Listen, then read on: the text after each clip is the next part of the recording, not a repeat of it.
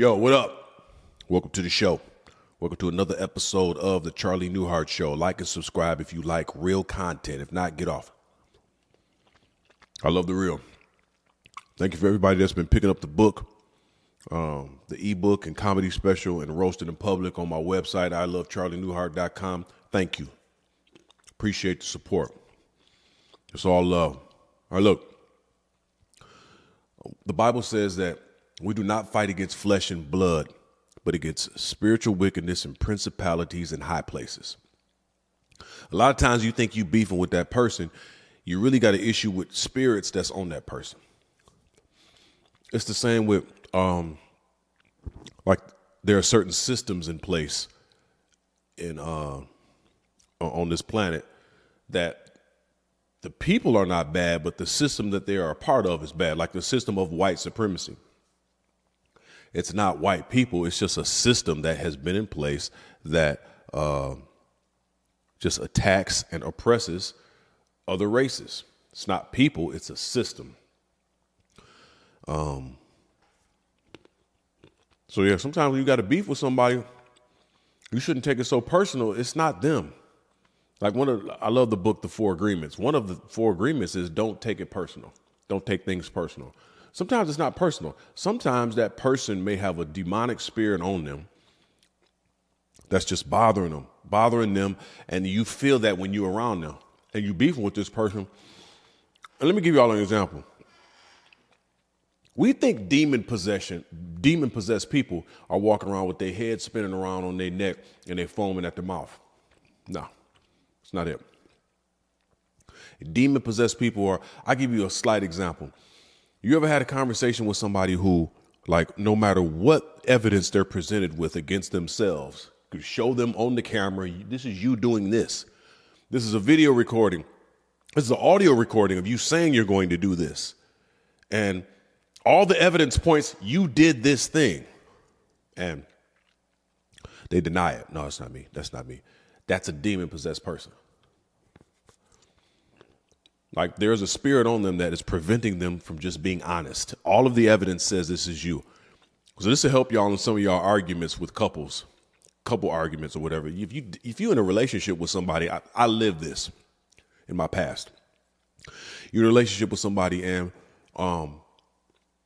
they do not have the ability to take accountability for their actions at all. Hey, look, I did this. I did my part and I apologize. But you did these things. No, I didn't do that. Didn't do that. I don't know what's wrong with you. You got a problem. Denying the evidence or denying how you feel, that's delusional. That's a demon-possessed individual. There is something on them that is preventing them from seeing themselves. So don't get so mad at people. In the last days, the enemy will blind the minds of people. Don't be so mad. You're dealing with somebody that don't have the ability to tell or just express that they were wrong. That's demon possession. And it's all throughout the Bible. I got to read this to y'all. This is Luke 8, verses 27 through 37. Now, when Jesus stepped out on land, there met him a certain man of the town who was possessed by demons. For a long time, he had worn no clothes, and he lived not in a house, but in tombs. Dude was naked. My man was possessed by demons, walking around graveyards naked. Now, there's so much spiritual significance in that. When you possessed by demons, you comfortable being around dead things. You know what I'm saying? People that go to dead churches. People who just love to be around their family members that's like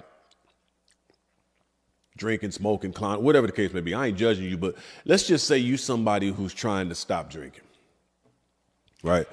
But you just have a hard time stopping. But you're trying.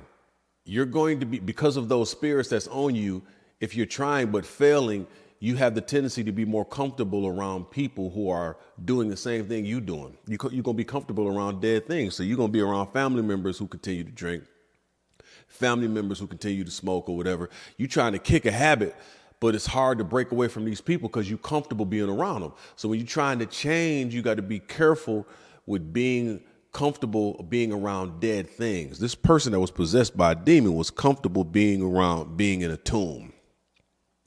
So if you're trying to elevate and go to the next level, you got to get away from dead things, dead people. And when he saw Jesus, he raised this man, this demon-possessed naked dude.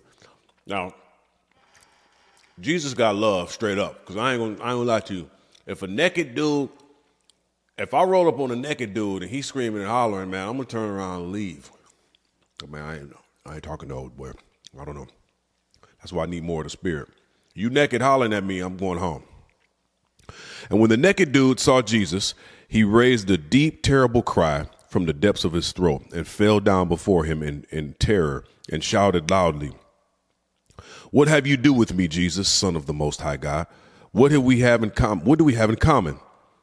I beg you, do not torment me." So the spirit that was on this naked dude knew it was Jesus.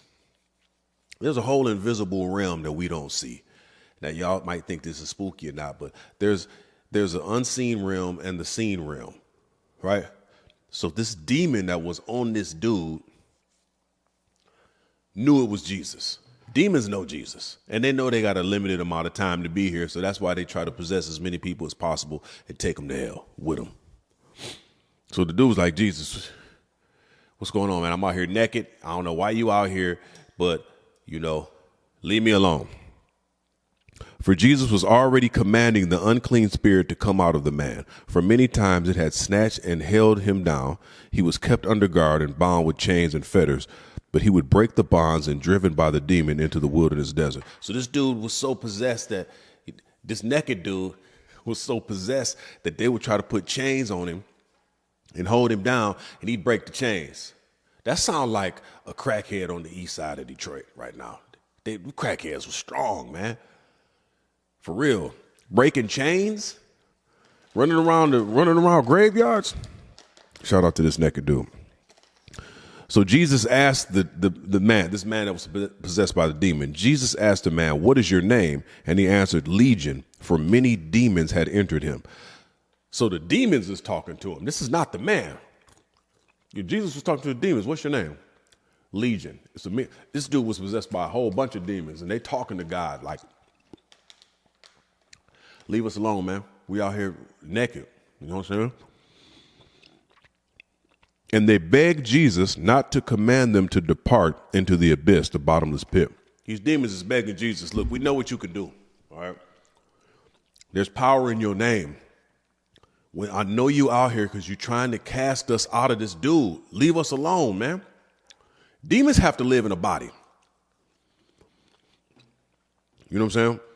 Like I said before, a lot of what you encounter when you're talking to people who ain't really all the way there, they probably possessed by a demon. But if you're walking around with the power of Jesus on you, hey, they're afraid. Don't cast us out.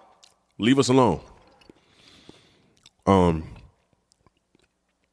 Now a great herd of swine, pigs, was there feeding on the hillside, and the demons begged Jesus to leave to enter these, and he allowed them to do so. Then the demons came out of the man and entered the swine, and the herd rushed down the steep cliff into the lake and were drowned. When the herdsmen saw what had happened, they ran away and told it to the town and the country. These demons was begging Jesus, "Please, look, we know you're going to cast us out of this dude. All right, you see them pigs over there? Put us in them pigs. Give us somewhere to go, please. Don't just leave us out here." And Jesus was like, "All right, but you got to get out of the dude, go in the pigs."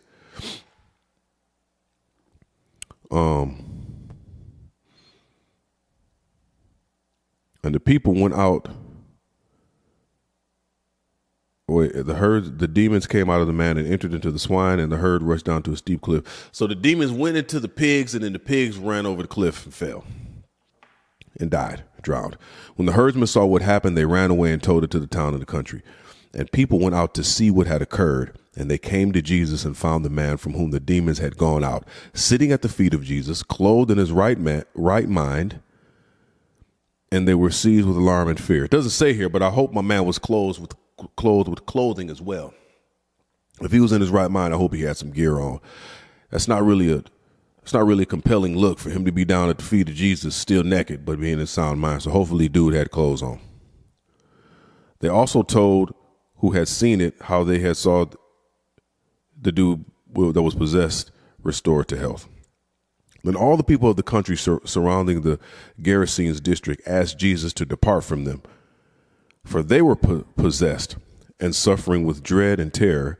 So he entered a boat and returned to the west side of the Sea of Galilee. So the naked dude with the demons on him gets healed. The demons go out of him and go into pigs. The pigs go over the cliff. Pigs go over the cliff, and the herdsmen came back. They was upset. Why? That was money. All they could see was money. They was making money off the pigs. The pigs jumped over the cliff, and they like, man, they don't even care nothing about the naked dude no more. They like, man, look at all our money. Get out of here. So they was possessed too. When you're dealing with people that, and this is an example, when you're dealing with people who are about greed and money more than relationships and people, possessed. I'm telling you. So what you seeing now, when you're dealing with people and you see that they off, pray for them. Because in most cases, they're dealing with a spirit that's on them and they don't even know. This dude had legion. He had several demons on him. You know what I'm saying? So next time you see a naked dude running around shouting and screaming, man, pray for him. He probably possessed. Jesus got compassion, man. I don't know if I would have talked to that naked dude. But look, you can see it in the news today, man. Years ago, Ronald Reagan did a whole bunch of budget cuts, right? He cut the air traffic controllers. He also closed down a lot of the mental health homes. They called them crazy homes, mental health homes. There were places that people had that didn't all have all of their mental capacities together. He closed all them homes down and put the people out on the street, right? These people that need these services. And then they're walking around among us. And, I'm not making fun of them. I'm saying, some of these people need prayer, but some of these people need like real consistent treatment. They got real issues, you know what I mean? And I feel like that treatment should be mixed in with the power of the blood of Jesus in the Bible, but, not everybody believes. There's probably some people in the comments now, like there's no God. I mean, whatever. I'm praying for you because you probably the naked dude in the tomb, around the tombs right now, under the possession of a spirit. I'm praying for you. I don't get mad at you. I'm praying for you. Yeah, these people, they're walking around among us, doing their thing. And these people need prayer. I don't know if they're ever going to bring those homes back like they had back in the day, but you can see them sprinkled in the news. Look, I'm going to show you some. Look at this guy. Who we going to go with? There's a teen accused of trying to kill a jogger so he could keep his body to play with. Look at this guy. Logan Smith is accused of attacking a jogger while armed with an aerosol Axe deodorant can and a belt in hopes of using his corpse to fulfill his sexual fantasies. This dude, this is the naked dude in the cemetery walking around naked. This the same spirits on this guy. You know what I'm saying? I'm telling you, it's playing out now. That's why you got to pray for these people. This is real. What else? Let me go back to this guy, man. He really thought with a belt and an Axe deodorant can that he was going to kill. So, of course, his plot was foiled. He didn't kill the dude, but that's a heck of a way to go out, man. I'm going to kill you with this can of Axe spray and this belt. Use your body to play with. Amen. Praying for you. What else? Woman charged with trying to buy another woman's baby in a Walmart self-checkout line. Look at this lady. Rebecca Taylor is accused of offering $500,000 to purchase a person's baby in Walmart. What kind of demons are on your mind for you to walk up to some woman holding her baby and be like, you know what? I give you $500,000 for that baby. Weirdos, man. We watching it play out in the news. I'm telling you. Oh, I got more. Oh, I got more. Oklahoma man killed his fishing partner over Bigfoot fears. Larry Sanders, this guy with the ears, this guy, allegedly told police he murdered his friend because he summoned Bigfoot to come kill him. Killed his fishing partner, man.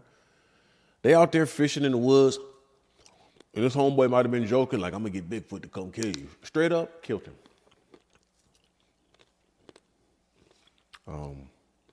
Yeah, naked dude in the cemetery, demons on him. Gotta pray for these people, man. But I ain't gonna, they out here. They absolutely out here. Here's another guy.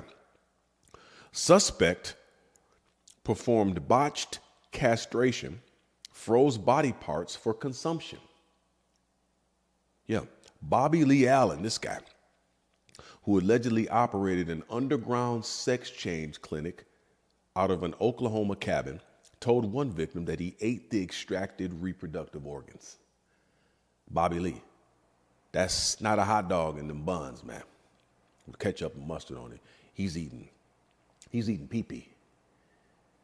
First of all, who goes to an underground sex change clinic in Oklahoma? Like, what are the reviews? What if you got Google reviews? Bobby Lee, you know, the spot was cool. There's just a funny smell in that boy, man. Bobby Lee you can look at his face and tell he ain't got no chiclets in his mouth. I don't trust people that's missing several teeth. Yeah, he was chopping off dudes' hot dogs and putting them in his freezer to eat them later on. Yeah. Legion, many. They need prayer. Our fight ain't against flesh and blood. Oh, I got more. What else we got here? William Rose allegedly told police that he wanted to take his dog for a walk one last time before throwing him in the dumpster. Yeah, his dog was dead. Arrested for animal cruelty. So this dude's dog died. He was like, dog is dead. I'm going to take it for one last walk. That's not a walk. That's a drag. He dragged his dog up and down the street. Somebody called the police and arrested him. He was like, man, I'm out here walking my dog. Yeah, Legion. For real? I'm telling you, man, it's people out here walking around with spirits on them and they need prayer, medication. We need to bring these homes back that Reagan took. Oh, I got another one. You love this one. Man posed as a special needs patient so home nurses could change his diapers. He was sentenced for perverse deception. Rutledge Diaz, this guy, Rutledge Diaz IV, pretended to be disabled and received sexual gratification from having his caretakers change his diapers. I'm telling you, that is demon possession. We think it's people with their heads spinning off and foaming at the mouth. It's this guy acting like he's special needs so nurses can change his diapers. I wonder what tipped him off. I wonder what let them know that dude was faking it, man. What if he was wood every time they changed his diaper? Or he sprayed. Make sure you fasten my diaper. He was probably clapping on himself in the process of them changing his diaper. Like something gave him away. I'm telling you. You're looking for the wrong signs, man. We got to pray for these people. Because we in the last days, you know. I'm gonna hit this quick commercial break, let y'all see some sketches and some commercials, and then when we return, we're gonna talk about Harry and Meghan. What edible food never goes bad? What edible food never goes bad? Twinkies? Twinkies? No, sir. It's honey. Okay. Honey. Now I gotta roast you, Tom. All right. Fair enough. You look like when you go to the doctor for ankle pain, he suggests a hands-free prostate check. You look like you fell asleep on the Greyhound bus and woke up with no pants on. You got all 4 of them wrong. Every last one of them, I got to get you. You built like a stay-at-home dad. And you is a stay-at-home dad. Look at your head. Look at your head. Hello, my name is Cody Barker. I'm the Academy Director at Source Trucking Academy. In case you haven't heard, right now the trucking industry is in desperate need of drivers, and they are paying. Our students right now are coming out of school with 80 to 100K plus per year jobs, and we're graduating them in as little as 2 weeks. Now, I've never heard of any other educational program with that short a time to value, or where the student is able to recoup that investment in the first few weeks of working. So come out to Source Trucking Academy, and let's get you paid. This is the GED Spelling Bee. You have to spell the word and then use it in a sentence. Your word is defeat. Defeat. D-A-F-E-E-T. Defeat. I had to take the socks off because it was hurting. Defeat. Defeat. That's right. Your next word is deterred. Deterred. D-A-T-U-R-D. Deterred. The toilet wouldn't flush because deterred was too big. Deterred. Right again. You get this last one, you graduate. Address. Address. A-D-R-E-S-S. Her booty was jiggling because she was wearing a dress. That was fantastic. You got every answer right. All right. I'ma holler at y'all. I watched the Harry and Meghan documentary, if you will. I watched 1.5 episodes. That's all I could really stomach. And I got some really good takeaways from it, man. And I'm going to really just discuss both sides, okay? I don't know what it's like to grow up in the public eye as far as Harry is concerned. Harry and his brother, I don't even know his name. This is one of the things I found out about England, British culture. If people in Britain feel like the royal family is an extension of their family, you know, like the Queen of England passed away and everybody was crying. And she had the longest reign. I think it was from like she had the longest reign as a queen. But like the way people obsessed over Diana and Prince Charles and all these, like in British culture, they really feel like the royal family is an extension of their family. Like we don't feel that way. Of course, it's a different type of government system here in America, but we don't feel that way about our president and the first lady. Like it's an extension of our family. Like I don't know if anybody would cry if something happened to Joe Biden. I mean, probably, you know, weirdos, but you know, hopefully nothing does happen to him, man. But I'm just saying, you know, we don't look at the president as an extension of our family. So they're a little psycho about it over in Britain. You know, 1926 to 2022, Queen Elizabeth, for more than 70 years, she had the longest run in history. Wow.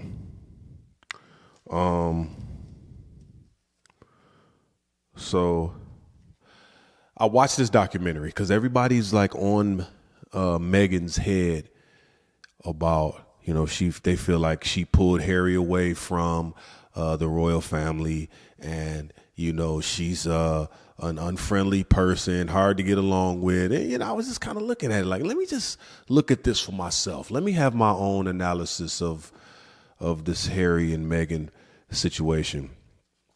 I mean, okay, so they met on Instagram. He saw a picture of her and then reached out to one of her mutual friends like, hey, I'm interested. And they started a relationship off Instagram. Okay, that's number one. And, you know, I'm not mad at Harry. Harry wanted some black box. Okay, so he saw that and he was intrigued. But when I started looking into Meghan's background, she didn't seem like the type of person that everybody keeps talking about. She was an outcast type nerd growing up. I love how she used her language. She said, we grew up in the Valley. She was raised by a single mom, a black woman, and she was go see her dad on the weekend. I find it interesting that her white dad is the deadbeat. She had a deadbeat white dad. That's one of the things I really enjoyed. But her mom was was black. She said, we grew up in the valley, and then we moved 40 miles from the valley in an all-black neighborhood. Where is that? She never specified where. It was Crenshaw, Compton, where is it? She never specified. She said, we moved 40 miles away from the valley to an all-black neighborhood. I'd love to know where that is. She didn't include that in the documentary. But she was a straight A theater kid. You know, she was just a little different. And I don't see her as the type of person who would like maliciously snatch Harry away from his family. I just don't get that. From a straight A nerd theater kid, I don't get her as trying to be the treacherous person, gold digger. She was a working actor on Suits, living in Toronto. She had a life. She was getting to the bag. And look, I'm fairly new to this whole thing because I've been ignoring it all this time, but there's so many people like had a lot of negative commentary on their union. I was like, let me look for myself. Let me look into this for myself. You got a dude named Harry who grew up in the public eye, who no matter how they felt, they always had to smile and wave. They couldn't even go on a skiing trip unless they smile and wave. So he had I would say, and then not only that, man, he lost his mom, blah, blah, blah. So he didn't really have, he had a privileged childhood, but it wasn't the best. And, I can see why he wanted to escape that life. You know what I'm saying? But I'm going to tell y'all why I think Megan wanted to pull him out of that life. Because growing up, Megan, based on me looking at this documentary, she had a white consciousness. She knew she was mixed, but she actually thought like a white girl. And you look at all of her friends was white, you know what I'm saying? Especially in the documentary, everybody that they talked to is all white girls. So to me, like, you saw yourself, like you had a white consciousness. And when you went over to Britain, you realized they saw you as a black woman. And it shocked her to the core where she wanted to escape. That's exactly what happened. She went over to Britain and because when you're in California, there's so many different you don't know who, it's a melting pot. You know what I'm saying? You got to be somewhere out in Myriad or dealing with some weirdo to be getting hit with the Nword over and over again in California, especially in Southern California, which I thought was funny because she said when she went to when she graduated, she went to a concert at the Hollywood Bowl with her mom, and her mom's like a dark-skinned black woman, and they was leaving the concert, and her mom was trying to pull out the parking space, and she hit her horn, and somebody rolled their window down and yelled at her mom the N-word, and she said her mom was silent. She was like, I was just so hurt that my mom got called the N-word. Like, come on, you was so hurt because you had the white consciousness. I mean, when I was growing up, I heard that word every other day from various ethnicities. You know what I'm saying? But Southern California is kind of, but I guarantee you the person who yelled back at her probably wasn't from Southern California. They probably, or either they was from way out in the sticks. Maybe they came from Hemet or Hesperia or something. They got off, they left the trailer and came to a concert and it was on their way back. But that ain't as common in certain parts, at least from my experience. But she was very upset. And that's because she had a white consciousness. And that's why she wanted to escape the royal family. That's it. I don't think it was, she was just so shocked. Like in the tabloids and all of that, it was like, well, man, what's Harry doing with this black chick? Basically, was she ghetto? That's what the tabloids was saying. She from the hood. Look at her black mama. Like they was going off on her. But really, she was so shocked because, she just got hit with this culture shock. Oh, my God. The world sees me as a black woman, but I'm not. I'm mixed race with a white consciousness. No. You mix a little bit of black with anybody, you black. Tiger Woods is black. I don't care how much he talk about Asian. I don't care how much Kamala Harris talking about her Asian. Kamala Harris is black with a black name.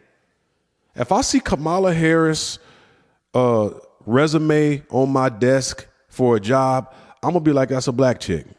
Let's put her application at the bottom of the pile.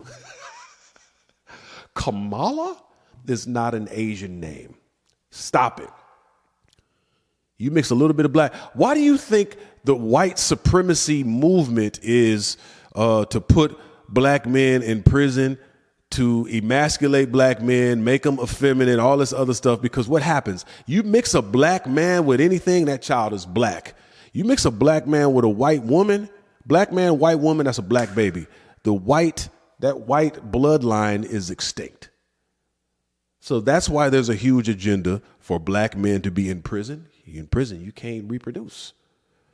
For black men to be homosexual, if you fruit, you can't produce. You know what I'm saying? It's a huge agenda. Now, if you happen to wind up in prison for for a crime you committed and you know you did it, okay, cool. If you happen to be homosexual, I mean, I'm not mad at you. That's your choice. But what I'm talking about is an invisible agenda against black men. And really what it is you mix a black man with anything, that child is black. That white man is looking like, man, if this black dude starts smacking all of these white women, then my color, my ethnicity is going to be extinct. So stop, Megan. You just got hit with a culture shock when you went over to Britain. They don't see you the way you see yourself. And I think it was just too much for her because she tried to include herself in his world. She went over there and it was just too much because the tabloids in the whole world, he was like, my wife is being attacked. My wife is being attacked. Your wife is being seen as a black woman. She's experiencing what other black women in America is experiencing now. And it was just too much. It's too much. Harry, we got to go. You should have stuck it out. I think you should have stuck it out. You know what I'm saying? I ain't mad at her decision, but I feel like you just you experienced what your mama experienced. When your mama got called the N-word at the Hollywood Bowl, you hurt for her. But guess what? Now you getting called the N-word in front of the whole world. You should have stood strong. You should have stood strong. But I thought it was interesting. She said when she found out Harry was interested in her, she said, let me look at his Instagram page to see what he's about. That's the day and age we living in now where you can find out about a person. I guess you can find out about a person by looking at their Instagram page. I found out Harry was a good dude, though. He's similar to his mom. He loves to give. I don't think he's a bad dude, man. I don't think neither one of them is bad people, to be honest. Based on the little 1.5 episodes that I've watched, I don't know why the world is butchering them so much. Megan went to the UK and got a rude awakening. She found out the world sees her as a black woman. She got mad. She wanted to leave. I don't think they should have left. I think Harry's a good dude. He grew up in the public eye, and I just think he wanted to escape. He saw what happened to his mom. He just wanted, I think Megan was his excuse, but I think he always wanted to get out. I don't think he wanted to be involved. Let me just stop. I want to say this real quick. I think people in general need to stop saying, I don't see color. I don't see color. No, what you need to say is, I see color, but I don't treat you different. That's a more relevant statement. That's like you see somebody walking up the street with no nose. I don't see people without noses. No, I see you. I see that hole in your face, dog. What the hell is wrong with you? What's wrong with your face? You know what I'm saying? What's going on? Where's your nose? I'm going to notice it. You see somebody without eyebrows. Bro, where your eyebrows? I notice it, but I'm not going to treat you different because you don't have a nose or because your ears is, or whatever the case may be. Not even just that. Like, we notice things. We got to stop saying we don't notice. You know what I'm saying? When my hairline was going away, you notice my hairline was leaving when it was on the top of my head, man. I could see people looking like, man, why is Charlie lining his hair up that far back? Man, he's got an 8 head now, not a 4 head. My lineup was back here. I see it. Don't treat me any different because I'm lining my hair up back here. Okay. But you can see it. And then you may call it out. Charlie, what's going on the top of your head, man? You saluting people back here? So stop saying, I don't see color. Yeah, you see color. You just don't treat people differently because of it. But ultimately, so the first documentary they put out was, hey, we want you to know about us and our story. And I don't think it's a bad one. I don't think they have a bad story. But what I'd like to see them do now, I think I really would prefer to see them do a documentary on the work that they're doing. Like, now that Megan realizes that the world sees her as a black woman, what kind of work are you going to do for the black community? Like, who gonna fight for us? Like, you got a lot of power behind you now. Like, you can really be, okay, let's do some prison reform. Let's fight. You know, you grew up 40 miles from the valley in an all black area, wherever that is. I want to see a documentary about what you're doing now that you know how the world sees you. And you got Harry on your team now, he gonna back you. But if they put out another documentary or another show talking about their life, then I'm gonna have a problem. We know who you are now. We know what you're about. Now get out there and get to work. Harry seems like the type of dude that'll roll up his sleeves and get to work just like his mama did. Now y'all got some real issues. Now that the world sees you as a black woman, you should be doing what start doing what Kamala Harris should be doing. But she's Asian though. Kamala Harris is Asian, so come on, man. I'd love to see people doing okay, so let me say this before somebody gets smart.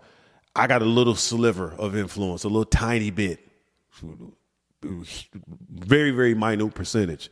What am I doing with my influence? Okay, I tell you, I've been visiting schools to talk to children. 1. 2, I've given away therapy. All right. 3, I'm doing these little videos for free where I'm just giving real game about health. I did an episode where I'm talking about the vitamins that you can take to help you balance your chemical imbalance. You know what I'm saying? I'm really giving, man. When we had my dad's car lot, we was giving away cars to people in the community, man. Just giving away like I'm a giver at the core. And that's what I'm doing with my little bit of sliver of influence from the few little shows and whatever I'm giving. But the reason I'm saying that is because as my platform grows, then what I give grows. So I'm giving where I'm at. I'm giving with what I'm comfortable with now. But as I grow, you got a huge platform. You have a responsibility. And I'd love to see these people with these platforms. Like, now that you know that the world sees you as a black woman, okay, start doing documentaries and projects and things to benefit black people. You know what I'm saying? Harry, you lost your mom at a young age. What does it look like to start doing trauma and treatment centers for kids who lost their mom or a parent at a young age? I want to see what kind of work y'all doing now. But if y'all put out another video about yourself, we're going to have a problem. 100,000%. So, y'all know what it is, man. Like and subscribe if you like real content. You can go to my website, iamcharlienewhart.com. Get my book, my website. Get my book off my website, my comedy special, and Roasted in Public. Chapter 2, California. You look like if I whisper your name at the gun range, they'll change all the targets to Mexican people.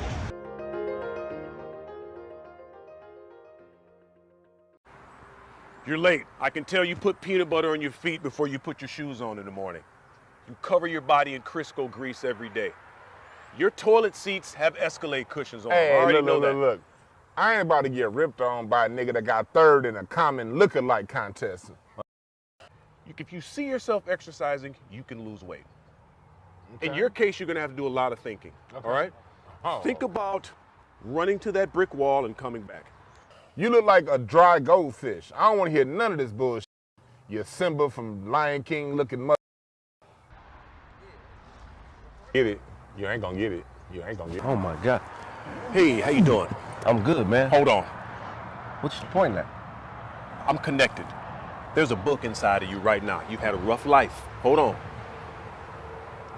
Spiritually, I'm sensing you saw a lot. The world needs your story, brother. Man, Let me tell you something. I'm a fitness guru, life coach, Sandy Womack. I just see a lot. Is there any reason you haven't wrote a book yet? I mean, I'm gonna be honest, Sandy. I've been through a lot. I probably should write a book, and I never thought about it until now. Let me take this call. Talk to my girl. I'll be right back. We'll do. So, what do you see in me? We definitely got to strengthen up the ulterior. Yeah, I need help here. The delt. It's jiggly. The delt Baxter. I mean, why the You touching my girl, man. She was just telling me about No, her. who told you you could touch my girl? Listen, I apologize. I'm not trying to hear none of that, bro. Listen, I'm gonna still help you write the book, brother. That's all that I'm gonna still Man, help you write. Fuck the book.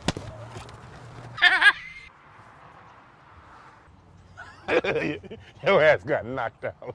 That's why I should have never hired a nigga that looked like an extra in a Tyler Perry film to be my personal trainer. You sorry son of a bitch.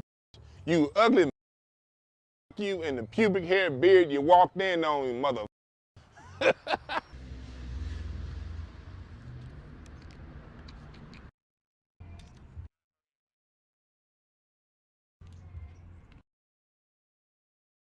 You look like a bald head Max Julian from the Mac, nigga. You ever hear that? Anybody ever call you Ron O'Neal? Ron O'Squill? You snitch looking. All of the toilet seats in your house have I can't even say. I appreciate y'all tuning in, man. Like and subscribe if you like real content. If not, just get off. I love y'all because I love myself.